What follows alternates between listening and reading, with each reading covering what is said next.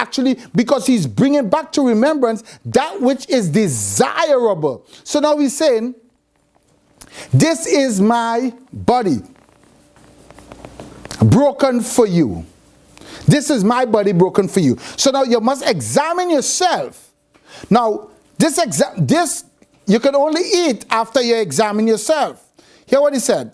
So a man should examine himself in this way. He should eat of the bread and drink of the cup. For whom eateth and drinketh without recognizing the body, eateth and drinketh judgment on himself. Now, you got to eat and drink, and you got to examine yourself. You got to take this examination, and who got to do it?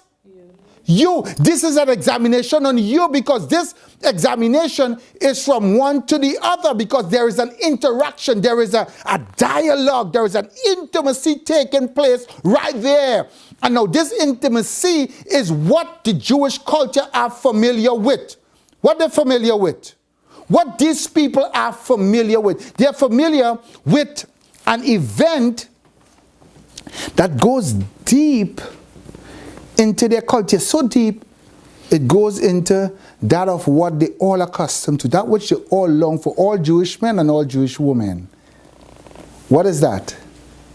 What all men and all women long for when they reach the age of 12? Sex. No. Say that again? Marriage. That's what they long for. Marriage. So now, because they long for marriage, because now they have all that which is necessary in order to bring forth Mashiach into this world, they keep themselves pure, they keep themselves holy, they examine themselves, and they know that they are ready to what? To be what? Betrothed. They're ready to be asked for hands in marriage, both the woman and the man. So now they're examining themselves. What do you mean examine? Examine means like if you're under investigation, you're going into depth, huh? Like you're judging yourself. Yeah, exactly. You are under examination. You are saying, I am erring in this part. I am not right here. You are the one to align yourself. You ought to become Sadiq. You ought to become straight. And bring your kuf, your monkey, under what? Subjection. Now hear what? This is why many are sick and ill among you. Many are sick and ill among you. Many are sick and ill. So if many are sick and ill among you, why are they sick and ill? Why are they sick and ill? Look at me, Trish. Trish, look at me. Leave that for now. You'll do that after. Why are they sick and ill? Why are they sick and ill among you? You know why? Because the mind is not on the word. On the word. Don't ever be destructive on what is necessary. What is necessary? Is this book necessary? Is this book necessary? The words in the book. That's right. I can burn this. This is of no importance. This is just a book. The contents of this book, if it doesn't become live, it's of no value. So now what Shaul is literally saying here? What is going on here? You see, at that particular point in time, when you're having this Last Supper, what you have? You have a fellowship. But when they were coming out of Egypt, what they had to do? They had to what? First kill a lamb. And that lamb that they had to kill had to be a perfect, pure lamb. That lamb, the bones, no bone must be broken in it. No bone must be broken in it. They must kill that lamb and they take that blood and smear it where? On their doorposts. On their doorposts. On that doorpost there. On So that was basically the starting of them coming out. Even though that was one of their plagues, it was what they started at. That was the, Ex- that was the, yeah. Exactly, that was the commencement. Now look at something. The first sign of in Egypt was what? The water turning into blood. You see, in Jewish culture, everything is significant. Now, he said, now, this wine is the new covenant in my blood. So now the blood has two meanings. What are the two meanings that the blood have? What are the two meanings?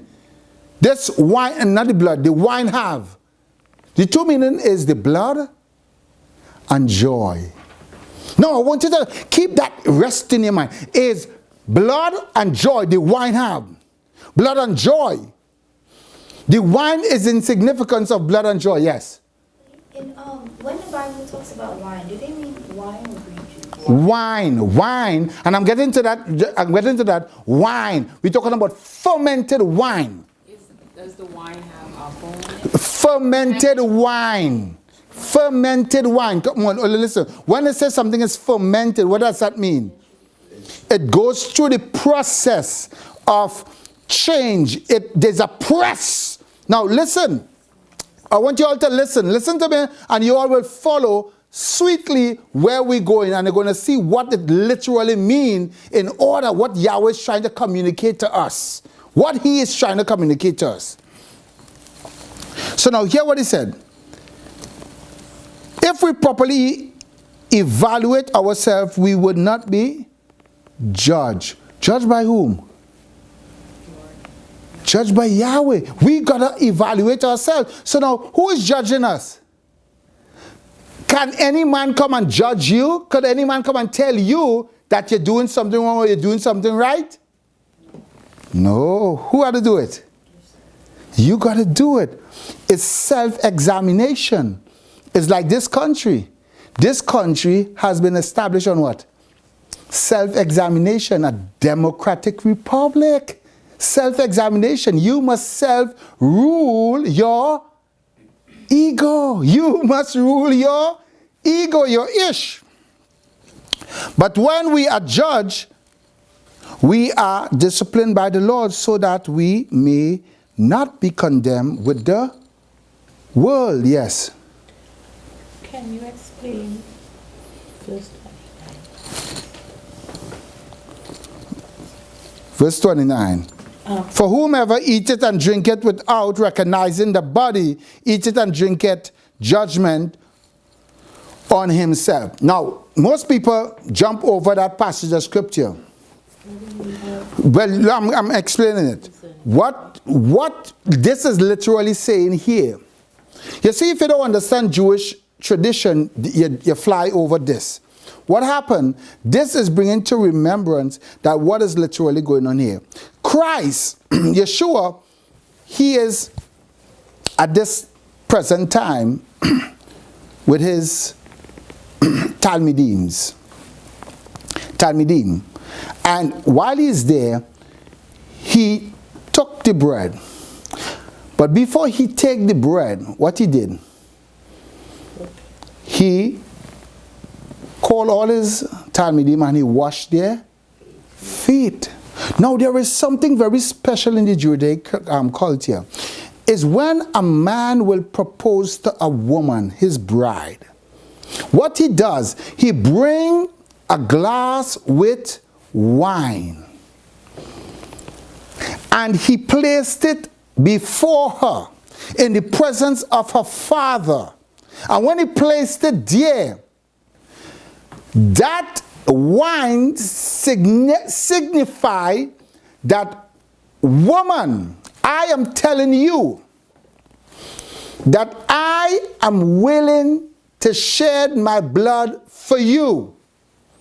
I am willing to die for you.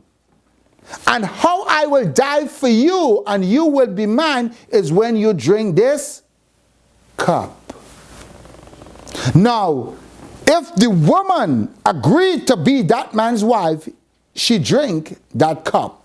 And what happened is after she drank that cup, now they would not be going and having sex or performing act like husband and wife. They are betrothed, and this betrothment could last for 4, 5, 6, 7 years, 3 years. It all depends on what the young man have to go and do now to take his bride from